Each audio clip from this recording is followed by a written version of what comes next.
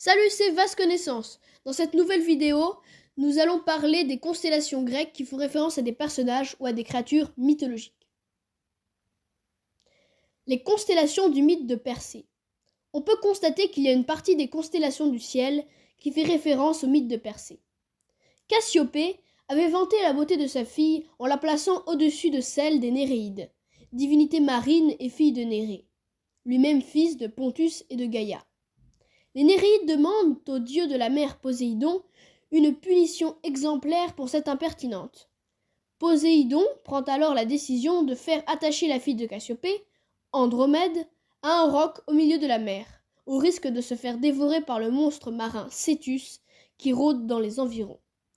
À ce moment-là, le demi-dieu Persée, sur le chemin du retour, après avoir abattu la gorgone Méduse, voit Andromède sur son rocher devant le monstre marin Cétus, prêt à la dévorer. Persée arrive avec les sandales ailées qu'Hermès lui a prêtées et abat le monstre. Les parents d'Andromède, Cassiopée et Céphée, sont très reconnaissants et Persée et Andromède se marient. Andromède, Cassiopée, Céphée et Cétus sont aujourd'hui immortalisés dans le ciel. Il existe aussi une constellation, Pégase, qui, elle, fait référence au cheval ailé qui est né du sang de Méduse. Les constellations du zodiaque. Qui n'a jamais entendu parler des signes du zodiaque, ces éléments capitaux de l'astrologie? Je ne suis pas venu pour faire un cours d'astrologie, mais bien de mythologie. Mais alors, que signifient les constellations du zodiaque? Le bélier était déjà une constellation au temps des Mésopotamiens, mais elle fut reprise par les Grecs et les Romains qui lui ont donné un sens nouveau. Le bélier serait Chrysomalos, cet ovin doré dont Jason convoita la toison qui, avant sa mort, avait ramené un enfant en Colchide, Phrixos, et aurait fait tomber la sœur de ce dernier dans les Dardanelles. D'ailleurs, en grec, on ne disait pas les Dardanelles, mais l'Hellespont de Hélé, le nom de cette héroïne tombée en disgrâce.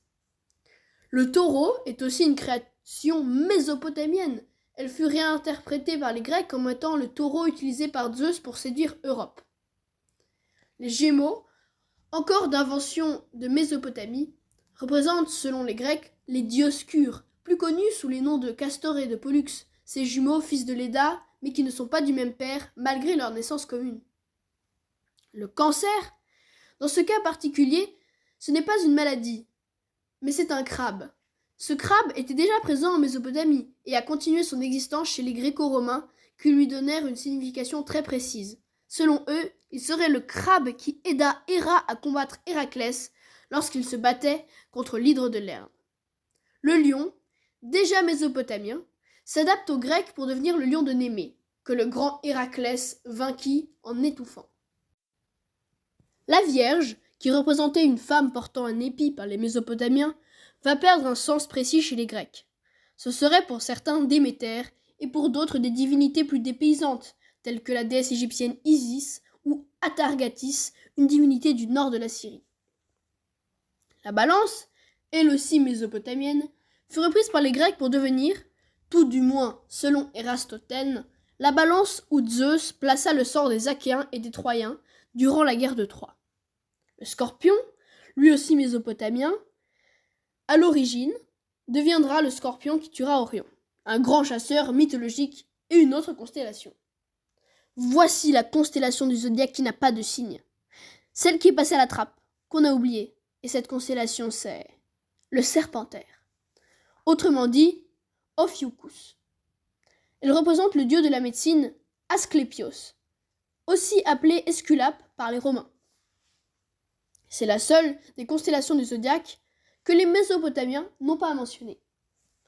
Le Sagittaire, déjà là chez les Mésopotamiens, revient chez les Grecs sous la forme d'un centaure tirant une flèche. Crotos, plus précisément, qui est le fils du dieu Pan et de la nymphe du mont Hélicon, Euphémée. Le Capricorne, déjà considéré comme une carpe chèvre par les Mésopotamiens, garda ce principe de chèvre avec queue de poisson durant les périodes grecques et romaines.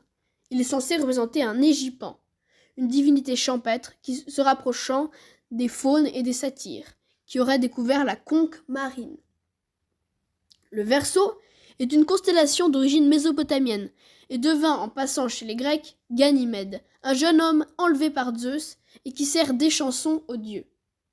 Les Poissons, enfin, le dernier signe. Eux aussi viennent des Mésopotamiens. Ils ressentent chez les Grecs Aphrodite et Eros jetés dans la mer, attachés et métamorphosés en poissons pour échapper au monstre Typhon, libéré du Tartare par Gaïa pour servir d'épreuve finale à Zeus.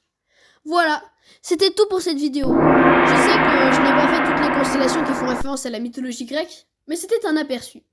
J'espère que ça vous a plu et on se retrouve pour une nouvelle vidéo.